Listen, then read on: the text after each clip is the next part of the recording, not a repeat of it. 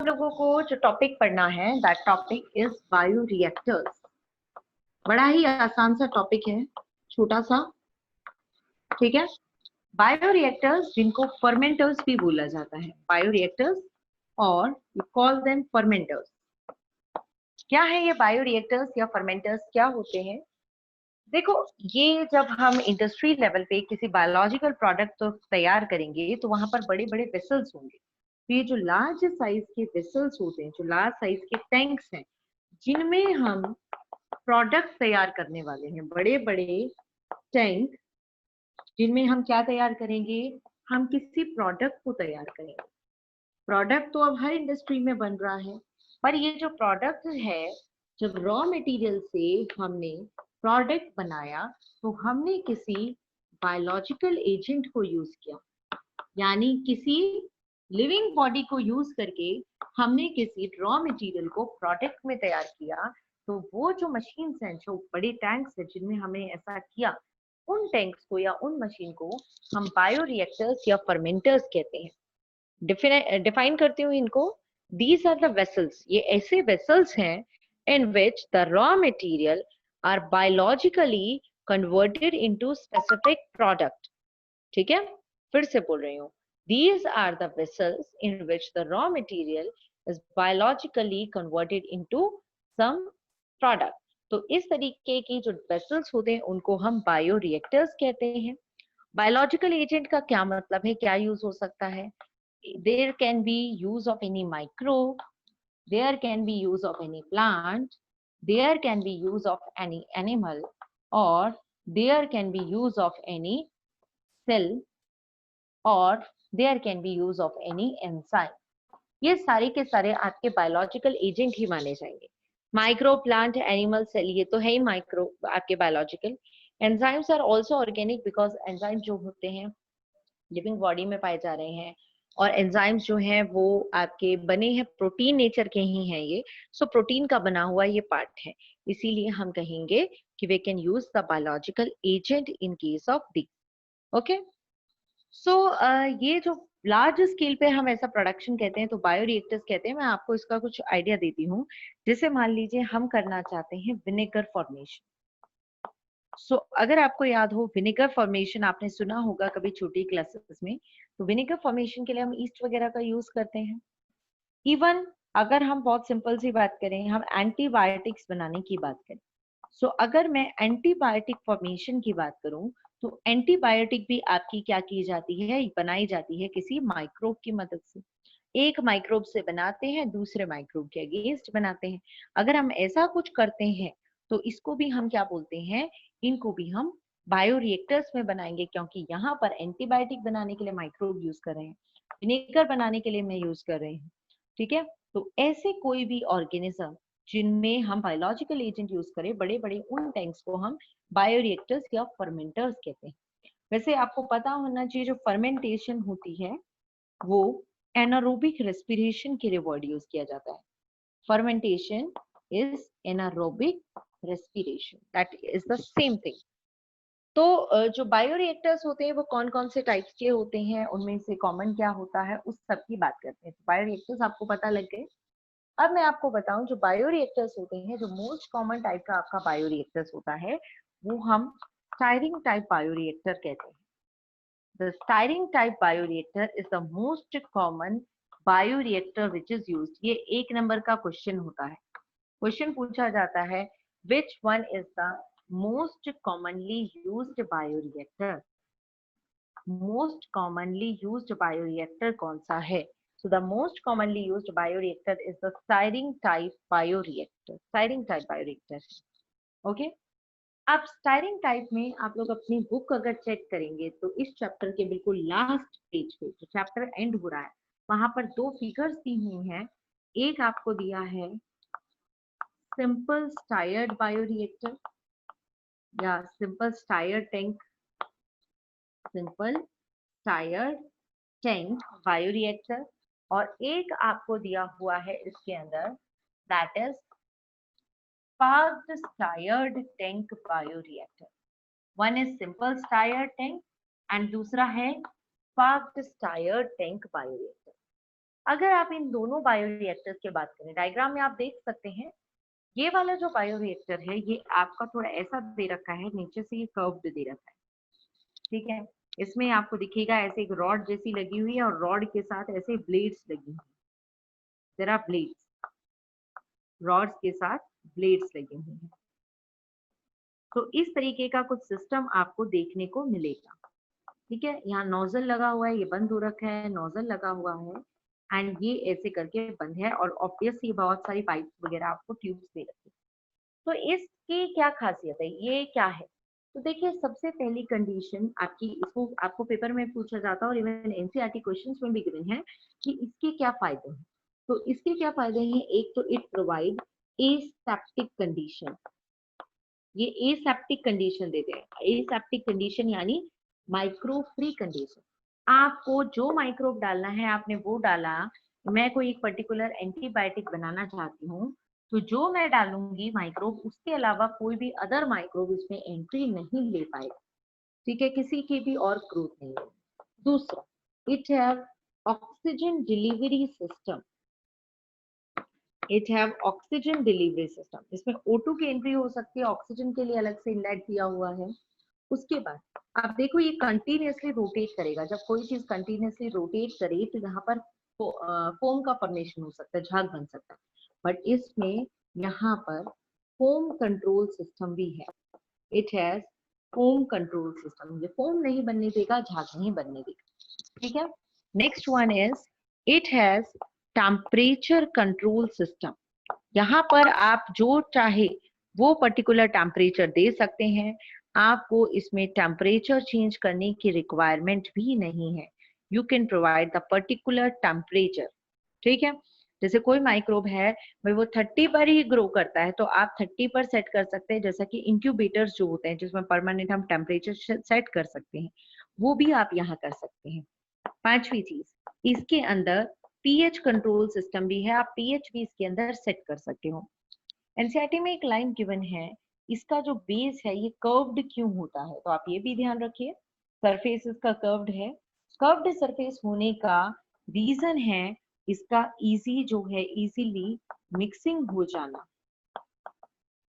ठीक है। आप ये देखो, ये रोटेट कर रहा है, आपने देखा होगा जब भी कोई चीज घूमती है तो जो साइड का सॉल्यूशन है वो भी सर्कुलर फॉर्म में घूमता है। तो अगर हमारा वेसल भी इसी टाइप का है तो कोई भी मटेरियल बचेगा नहीं, कंप्लीटली सब इजीली रोटेट हो जाएगा, कॉर्नर्स पे कुछ बचेगा नहीं। तो इजी मिक्सिंग और इजीली इसकी स्टायरिंग हो पाएगी। तो ये जो है कंटिन्यूअसली इसकी मिक्सिंग करते रहते हैं। इस तरीके का सिस्टम होता है आपका सिंपल स्टायर टैंक बायोरिएक्टर के अंदर। देन अब हम बात करते हैं स्पार्क्ड स्टायर टैंक बायोरिएक्टर। सो स्पार्क्ड स्टायर में आपको जो फिगर दिखेगी उसके बुक के अंदर, वो कुछ ऐसे रेक्टेंगल सा बॉक्स दे रखा है और इसके अंदर आपको इस तरीके का ऐसे एरिया मिलेगा and you can find out the number of bubbles. बहुत सारे बबल्स भी आपको नजर आएंगे। तो इसमें क्या बोला गया कि यहाँ पर कहते हैं जो एयर के बबल्स है, एयर बबल्स यहाँ पर जो प्रोवाइड कर रहे हैं, these air bubbles are sterile. Sterile यानी माइक्रो फ्री, किसी टाइप की कोई मिक्सिंग नहीं है, स्टेराइल एयर बबल्स हम यहाँ पर प्रोवाइड कर देते हैं, ठीक है। और ये जो है इस तरीके से एरिया यहाँ बढ़ाया गया। सिंपल सी बात है, यहाँ पर अगर होता तो इतना सा होता, अब यहाँ पर इतना एरिया है। So this type of area, ये सरफेस एरिया इंक्रीज किया है।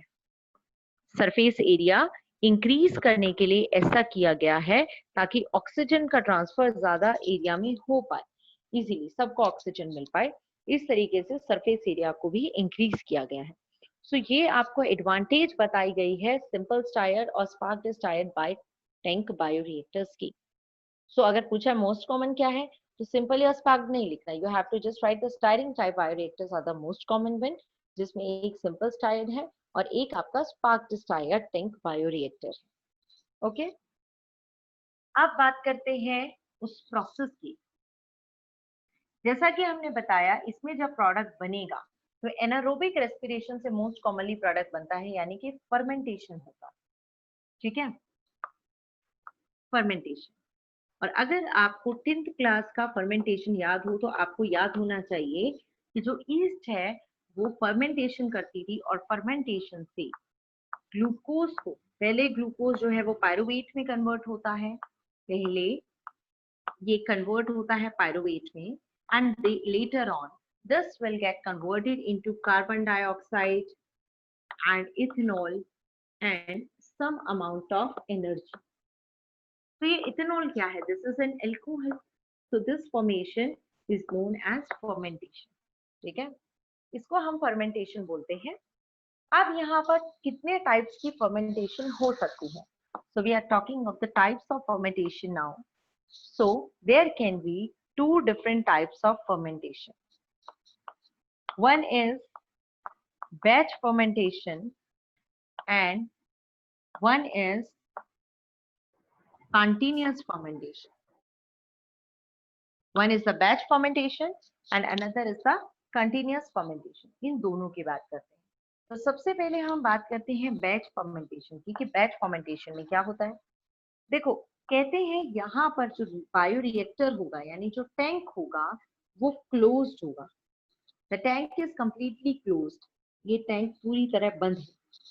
यहाँ पर हमने इसको ओपन किया था, तभी हमने सारा रॉ मटेरियल डाल दिया था। अब ये बंद हो गया, इसमें जो भी बनना है वो कन्वर्ट होना है होगा। एक साथ ही हम रॉ मटेरियल को डालेंगे, बार बार एंट्री अलाउड नहीं है। और जब प्रोडक्ट बन जाएगा तो टोटल प्रोडक्ट हम यहाँ पर टोटल रॉ मटेरियल की एंट्री करेंगे एक साथ, और जब निकालेंगे तो इससे हमें टोटल प्रोडक्ट मिलेगा। Means you don't have a choice कि आप थोड़ा सा प्रोडक्ट उसमें से ले सकते। You can have the complete product at a time. ठीक है, सो कहते हैं जो बैच फर्मेंटेशन है, जो न्यूट्रिएंट्स है, जो माइक्रोब्स हैं, जो भी रॉ मटेरियल है, they are placed in a closed reactor. ठीक है, and there is no exchange later on from the surrounding environment. Fermentation होगा, कोई न्यूट्रिएंट भी आप ऐड नहीं कर सकते। जब पूरी तरह न्यूट्रिएंट यूटिलाइज हो जाएंगे तो हम इस प्रोडक्ट को निकाल लेंगे। This is batch fermentation. अब बात करते हैं कंटिन्यूअस फर्मेंटेशन। कंटिन्यूअस फर्मेंटेशन देखिए, ये ओपन वेसल है, या यूं कहें ये वेसल क्लोज है, तो इसमें इनलेट और आउटलेट की फैसिलिटी अवेलेबल है। यहाँ पर क्या होता है, एक जगह से थोड़ा थोड़ा रॉ मटेरियल ऐड करते रहते हैं। रॉ मटेरियल यहाँ से ऐड होगा एंड जो प्रोडक्ट यहाँ तैयार हो जाएगा, उस प्रोडक्ट को हम यहाँ से कंप्लीटली निकालेंगे। सो प्रोडक्ट यहाँ से निकाला, रॉ मटेरियल हमने यहाँ से ऐड किया। So we add the raw material from this inlet and we take out the product from this outlet. यहाँ पर ये नहीं है कि आपने न्यूट्रिएंट एक बार आपने थोड़ा मटेरियल डाला, उससे कुछ बन रहा है, थोड़ा सा बन गया, वो डाल लिया, हमें लग रहा है थोड़ा सामान कम हो गया, थोड़ा और डाल दिया, थोड़ा और बनता रहेगा, निकलता रहेगा। आप इसको इमेजिन कर सकते हैं, ये जैसे एक प्रेशर कुकर। ठीक है, प्रेशर कुकर में क्या होता है कि एक बार हमने खोला ढक्कन, सारा सामान डाल दिया, बंद कर दिया, कुकर हो गया। सारा मटेरियल एक साथ बनके तैयार होता है बैच के अंदर। ठीक, एक बार ही हम कंप्लीट इसको ओपन करेंगे। इसमें हम थोड़ा थोड़ा निकाल सकते हैं। एक कढ़ाई है, उस पर पूरियां बना रहे हैं, तीज है ना, आज पूरियों की बात कर लेते हैं। कढ़ाई में पूरियां बना रहे हैं, तो पूरियां क्या है, डालते गए, जो बनती गई उसको निकालते गए। सो ये वाला क्या है, आपका कंटिन्यूअस फर्मेंटेशन है। So batch fermentation and continuous fermentation, याद रखो दोनों फर्मेंटेशन है, मीन्स दोनों में एनारोबिक रेस्पिरेशन हो रहा है, और इन टैंक्स को हम बायोरिएक्टर्स या फर्मेंटर्स कहते हैं। Very simple. And the very last topic of this chapter, so the very last topic of the chapter is downstream processing. The topic is downstream processing. देखिए क्या है डाउनस्ट्रीम प्रोसेसिंग। तो कह रहे हैं कि मान लीजिए हमने अभी फर्मेंटेशन की, हमारा जो रेडी प्रोडक्ट है, ये मेरी तरफ है, एक पास मेरे पास प्रोडक्ट बनके तैयार हो चुका। मान लो मैंने कोई एंटीबायोटिक बनाई, वो प्रोडक्ट मेरे पास रेडी है, मेरे फर्मेंटर में पूरी तरह बनके तैयार हो गया है। इस प्रोडक्ट को मुझे मार्केट में बेचना है, मार्केट में निकालना है, वहां पे जिसको जरूरत है वो लेगा। तो रेडी प्रोडक्ट को मार्केट में सेल करने से पहले इन बिटवीन इनके जो प्रोसेस होंगे, उन प्रोसेस को हम डाउनस्ट्रीम प्रोसेसिंग कहते हैं। So what are downstream processing? It is the processing of finished product before marketing, marketing से जस्ट पहले, ठीक है। तो रेडी प्रोडक्ट को मार्केटिंग से जस्ट पहले जो प्रोसेसिंग करेंगे उसको हम डाउनस्ट्रीम प्रोसेसिंग का नाम देते हैं। चलो इसमें देखते हैं क्या क्या होता है। ऑब्वियस सी बात है, फर्मेंटर में ये बन के तैयार हुआ, तो सबसे पहले आपको क्या करना है, फर्मेंटर से बाहर निकालना है उसको। यानी कि आपका सबसे पहला जो स्टेप है, that step is separation. Separation में जो प्रोडक्ट है उसको आप वहां से बाहर निकालने का काम करो। ओके। दूसरा, आपने जो प्रोडक्ट बन के तैयार किया, हो सकता है उसमें थोड़ी बहुत कुछ मिक्सिंग हो, उसको आपको प्योरीफाई एक बार करना पड़ेगा। आपने मान लीजिए कोई ड्रिंक बनाई, कोई जूस बनाया, तो उसको भी एक बार प्योरीफाई करना पड़ेगा, क्योंकि हो सकता है उसमें थोड़ा पल्प रह गया हो, कुछ फाइबर के रेशे आ गए हों। जो भी चीजें जो हम नहीं चाहते, हमें उसको प्योरीफाई करना पड़ेगा। ओके। उसके बाद हमें, अगर हमें लगता है इसमें प्रिजर्वेटिव ऐड करने की जरूरत है, तो हम उसमें प्रिजर्वेटिव भी ऐड करेंगे, राइट। वो बात अलग है। उसके बाद हम उसको पैकेजिंग करेंगे और then we will give out for market. तो ये जो प्रोसेस चले, एक रेडी प्रोडक्ट को मार्केट में सेल करने से पहले हमने उसको सेपरेट किया फर्मेंटर से, फिर उसको प्योरीफाई किया, प्रिजर्वेटिव्स को ऐड किया, उसकी पैकेजिंग की, then we sell it in the market. So these processes are known as downstream processing. ठीक है। उसके अलावा अगर कह रहे हैं कि अगर ये कोई ड्रग है, ठीक है, आप इसमें एक चीज और कर सकते हैं, आप इसकी क्वालिटी टेस्टिंग कर सकते हैं। क्वालिटी टेस्टिंग, मान लीजिए आपने कहा कि मैंने ये प्रोडक्ट बना के तैयार किया है, और जो प्रोडक्ट है आपका, उस प्रोडक्ट के अंदर आप चेक तो कर लो जैसा आप बता रहे हो है कि नहीं। आपने कहा जो मैंने प्रोडक्ट बनाया उसमें ग्लूकोज इतना है, उसमें फैट अमाउंट इतना है, उसमें प्रोटीन अमाउंट इतना है, तो उसको चेक तो करना पड़ेगा। So quality testing is also included है, राइट। और उसके अलावा अगर हम ड्रग्स बना रहे हैं, यानी कोई मेडिसिन बना रहे हैं, कोई दवाई बना रहे हैं, तो उस केस में क्लिनिकल ट्रायल्स की भी जरूरत होती है। यानी मार्केट में बेचने से पहले उसके बहुत सारे क्लिनिकल लेवल पर ट्रायल्स होते हैं, उसको चेक किया जाता है। तो इस तरीके से जो प्रोडक्ट है हमारा वो कंप्लीटली रेडी होता है फॉर मार्केटिंग, और इसी सारे प्रोसेसिंग को हम कहते हैं downstream process, right. So this is downstream processing. एक बार मैं आपको रिव्यू कर देती हूँ, आपने क्या कुछ इस चैप्टर में पढ़ा। आपका काम है उस सारे को आप रिकॉल करेंगे। एक बार मैं टेस्ट ले चुकी हूँ, सेकेंड टेस्ट में आपका नेक्स्ट वीक में जो वेडनेसडे आएगा, ऑफ कोर्स उस वेडनेसडे को लेंगे। ओके। या हम परसों भी रख सकते हैं, Saturday. I will plan it later on. जो जो टॉपिक्स आपने इसमें पढ़े वो एक बार रिकॉल करेंगे। We started from EFB, European federation of biotechnology, जिसने बायोटेक को डिफाइन किया कि जो बायोटेक्नोलॉजी होती है उसमें इंटीग्रेशन है नेचुरल साइंस का एंड ऑर्गेनिज्म, उसके सेल्स, उसके कोई पार्ट और उन सब का। फिर हमने कहा जो फादर है बायोटेक्नोलॉजी का वो है बर्ग। देन वी से फर्स्ट रिकॉम्बिनेंट बनाने वाले जो साइंटिस्ट हैं वो है कोहन एंड बॉयर, जिसको मैंने आपसे कल ही डिस्कस किया। फिर हमने कहा बायोटेक्नोलॉजी के दो मेजर प्रिंसिपल्स होते हैं। एक होता है आपका जेनेटिक इंजीनियरिंग, जिन बच्चों ने पूरी क्लासेस अटेंड की है they can recall in their mind.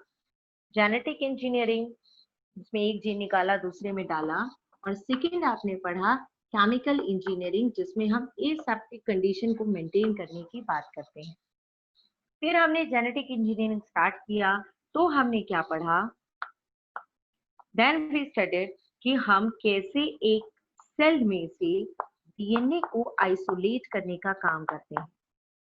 ये आपने बहुत सारे स्टेप्स पढ़े, लाइसोजाइम या फिर सेल्यूलेज या फिर आपका जो है काइटिनेज, ठीक है। फिर प्रोटीएज से प्रोटीन तोड़ते हैं और अपना आरएन राइबोन्यूक्लियस से आरएनए तोड़ते हैं, चिल्ड इथेनॉल डालते हैं, स्पूलिंग करके धागे निकालते हैं, वो सारा आपने पढ़ा। नेक्स्ट आपने पढ़ा अबाउट रिस्ट्रिक्शन एंजाइम, क्योंकि रिस्ट्रिक्शन एंजाइम हमारे जो है, रिस्ट्रिक्शन एंजाइम जो हमारा इतना लंबा सा डीएनए था उसके छोटे छोटे टुकड़े बनाने का काम कर रहा था। इसके बारे में आपने पढ़ा, तीनों टाइप के पढ़े, एक्सोन्यूक्लियस, एंडोन्यूक्लियस, रिस्ट्रिक्शन एंडोन्यूक्लियस, उसकी कटिंग साइट कैसी है वो सब पढ़ा। फिर आपने पढ़ा कि टुकड़े कट तो गए पर दिखाई नहीं दे रहे, उसके लिए आपने पढ़ी टेक्निक ऑफ जेल इलेक्ट्रोफोरेसिस, जिसके अंदर आपको बताया कि किस तरीके से एग्रोस की जेल के ऊपर डीएनए को नेगेटिव साइड पर अपलोड करते हैं और वो डीएनए भागकर इलेक्ट्रिसिटी के प्रेजेंस में अपने साइज के बेस पर पॉजिटिव की तरफ भागने लगता है। ये आपने पढ़ा और फिर हम उसको देखते हैं और एक पर्टिकुलर डीएनए को काट के अलग निकाल लेते हैं, इल्यूशन। ये आपने पढ़ा जेल इलेक्ट्रोफोरेसिस। फिर आपने कहा कि चलो इसमें से हमने एक पर्टिकुलर बैंड निकाल लिया और ये बैंड मुझे बहुत सारा चाहिए, तो आपने पढ़ा technique of PCR, polymerase chain reaction, जिसके अंदर मैंने आपको बताया कि किस तरीके से आप एक पर्टिकुलर डीएनए फ्रेगमेंट को बहुत ज्यादा टाइम्स इंक्रीज कर सकते हो। ये चीज आपने पढ़ी, polymerase chain reaction amplification. Very very important topic, इसको अच्छे से लिखना सभी को आना चाहिए। ओके फिर आपने पढ़ा अबाउट क्लोनिंग फैक्टर्स। आपने पढ़ा कि किस तरीके से मैं जो है कुछ ऐसी चीजों को यूज कर सकती हूँ जिसके साथ मैं अपना फॉरेन जीन ऐड कर सकती हूँ। कौन सी ऐसी चीजें हैं जिन चीजों के साथ मैं फॉरेन जीन को ऐड करके फिर इन फॉरेन जीन को किसी के अंदर डाल सकती हूँ। तो क्लोनिंग फैक्टर्स की सारी साइट्स पढ़ी आपने, ओआरआई साइट पढ़ी आपने, आरओपी पढ़ी, सेलेक्टेबल मार्कर्स के बारे में पढ़ा। ठीक है, सेलेक्टेबल मार्कर इसका बहुत इंपॉर्टेंट कंटेंट है।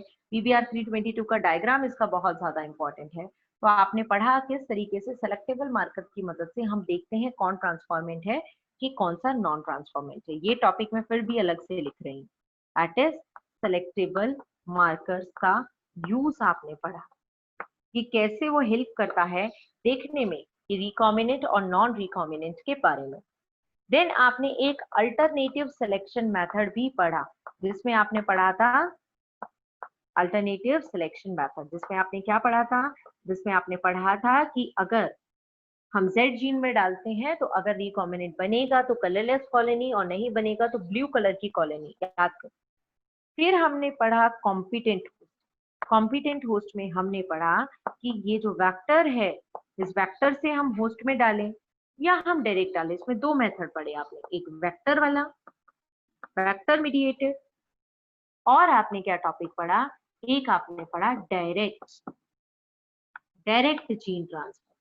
दोनों तरीके से आपने पढ़े। डायरेक्ट में आपने चार पढ़े थे, माइक्रो इंजेक्शन लगाया, बायोलिस्टिक पढ़ा, इलेक्ट्रोपोरेशन पढ़ा, या आपने केमिकल मेथड पढ़ा, राइट। फिर कुल मिला के हमने इस तरीके से ट्रांसफर किया।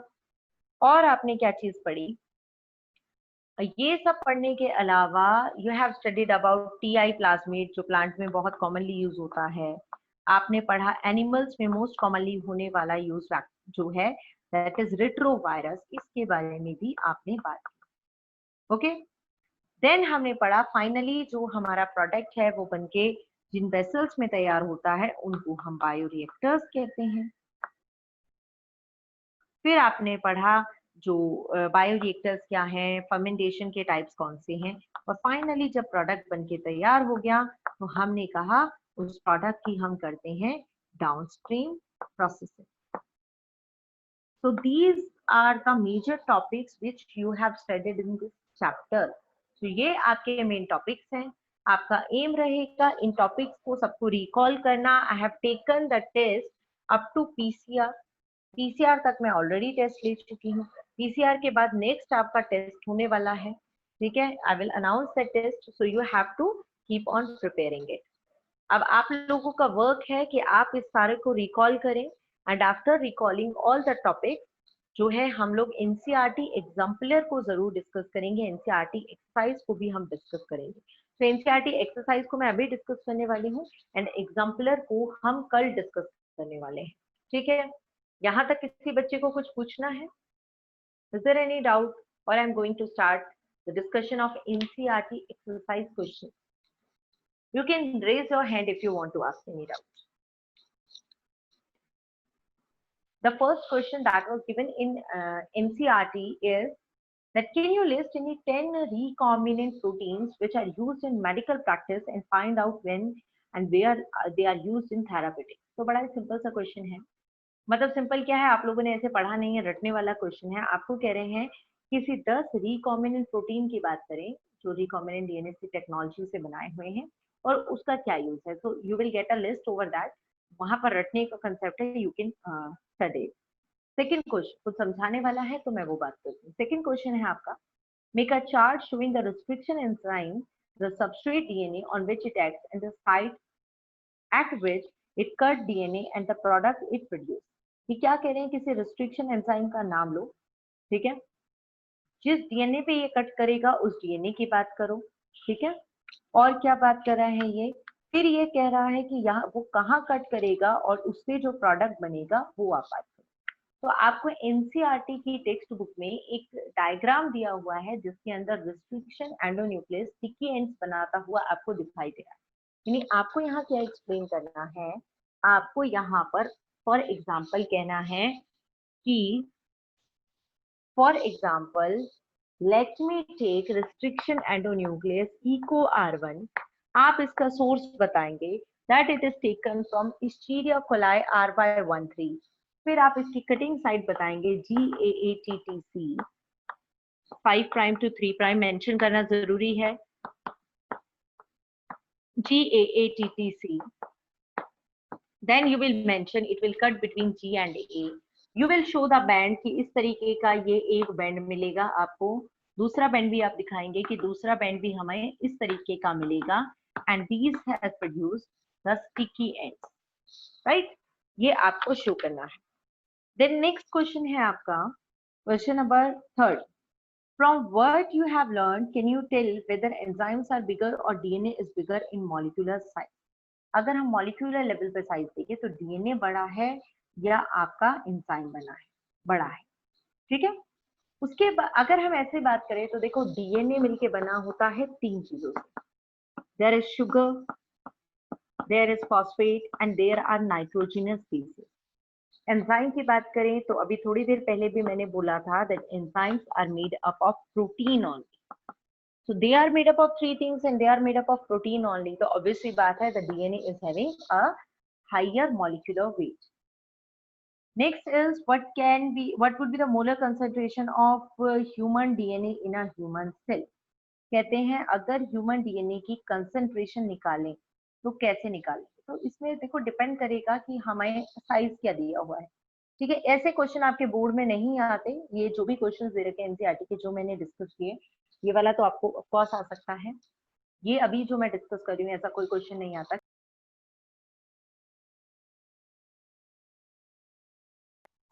तो we can not calculate the molar concentration of DNA till we don't know the size of the DNA, जब तक हमें साइज नहीं पता हम मोलर कंसेंट्रेशन को भी कैलकुलेट नहीं कर सकते। वैसे मैं बताऊं 330 डेल्टन के अराउंड, ठीक है। हाँ, क्वेश्चन 3 में जो मॉलिक्यूलर साइज पूछा था ना that is same, molecular size भी हम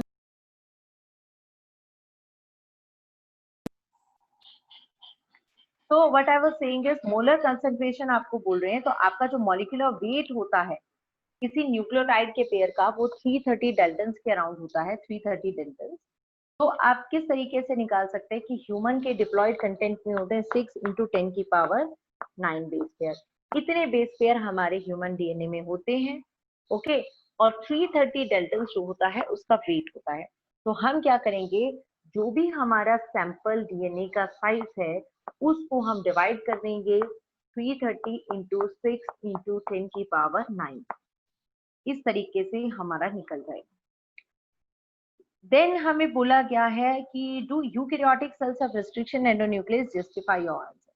तो बच्चे रिस्ट्रिक्शन एंडोन्यूक्लियस जो होते हैं वो प्रोकैरियोट्स में पाए जाते हैं, नॉट इन यूकैरियोट। ये भी एक लाइन रह गई, एनसीईआरटी की बुक में आपको ये लाइन दे रखी है कि करीब 900 रिस्ट्रिक्शन एंडोन्यूक्लियस जो है वो 230 स्ट्रेन्स कुछ दिए हुए हैं उनसे निकाले गए हैं, ओके। फिर आपको बोला है 6th question, beside better aeration and mixing property what other advantage to stir tank bioreactor over shake flask. तो कहते हैं कि दो प्रॉपर्टी तो ठीक है कि ये हवा अंदर जाने देता है और मिक्सिंग की प्रॉपर्टी रखता है, इसके अलावा टायर टैंक के और क्या फायदे होते हैं। तो जैसा कि अभी अभी हमने पढ़ा, इसमें फोम कंट्रोल सिस्टम है, इसमें टेम्परेचर कंट्रोल सिस्टम है, इसमें पीएच कंट्रोल सिस्टम है, हम कम अमाउंट में भी चीजें अपनी प्रिपेयर कर सकते हैं, बेशक ये बड़ी टैंक है उसके बाद, ठीक है। So I discussed up to question number 6. This is enough for today. We will discuss the rest of the questions tomorrow, as well as we will discuss the major MCQs which are given in NCERT example tomorrow. तो ये इन questions और ये सब discuss करके then we will finish our chapter. Okay? This is the class is now completed. I will take your doubts tomorrow. Be ready with your doubts.